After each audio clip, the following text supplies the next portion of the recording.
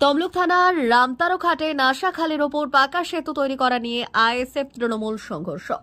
স্থানীয় তৃণমূল নেতার অফিস ভাঙচুর প্রতিবাদে জাতীয় সড়ক অবরোধে নাকাল হলেন মানুষ। তমলুক থানার অন্তর্গত রামতারো ঘাটের কাছে নাশা খালের ওপরে পাকা সেতুর নির্মাণ চলছিল বিগত বেশ কয়েকদিন ধরে।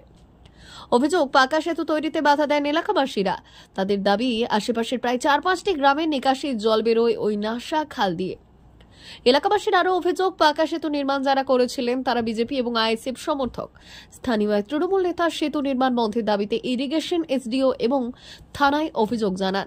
বৃহস্পতিবার সকালে বিডিওকে অভিযোগ করা হয়। ফের যখন সকালে নির্মাণ কাজ শুরু হয় তখন প্রশাসন বাধা দেয়।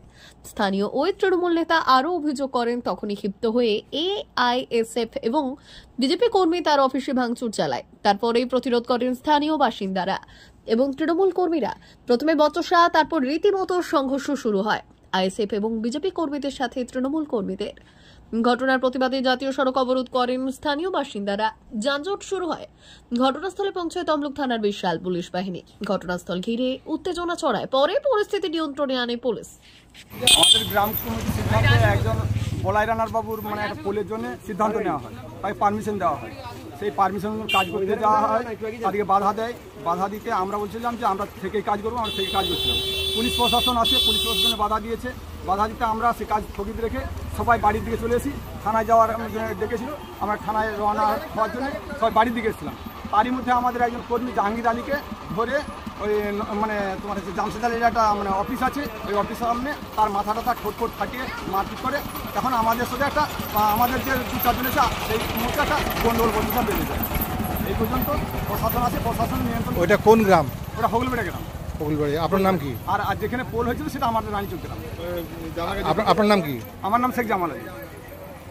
ভারত সরকারের এনসিভিটি ও পশ্চিমবঙ্গ সরকারের WBSCVT অ্যান্ড DIT অনুমোদিত 10 গ্রাম অনুরণ প্রাইভেট ITI। আপনি কি কারিগরি শিক্ষায় বিশেষ প্রশিক্ষণ নিতে চান?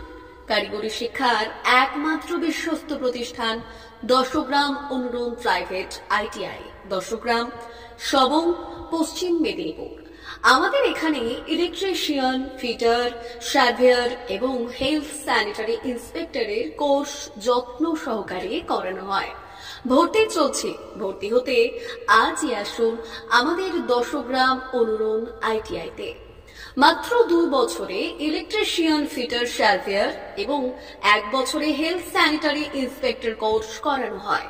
এখানে প্রশিক্ষণ শেষে পেয়ে যাবেন 100% জব গ্যারান্টি।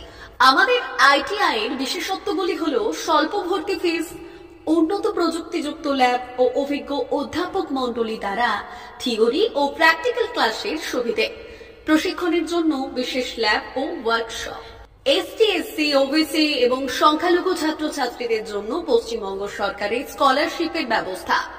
সার্ভেয়ার কোর্সের সাথে অটোকেট করানো হয়।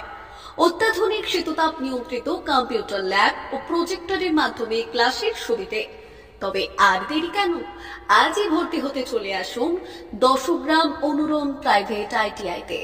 আমাদের ঠিকানা 10 গ্রাম, সবং, পশ্চিম মেদিনীপুর। যোগাযোগ নম্বর 9547221516 অথবা 9832728877।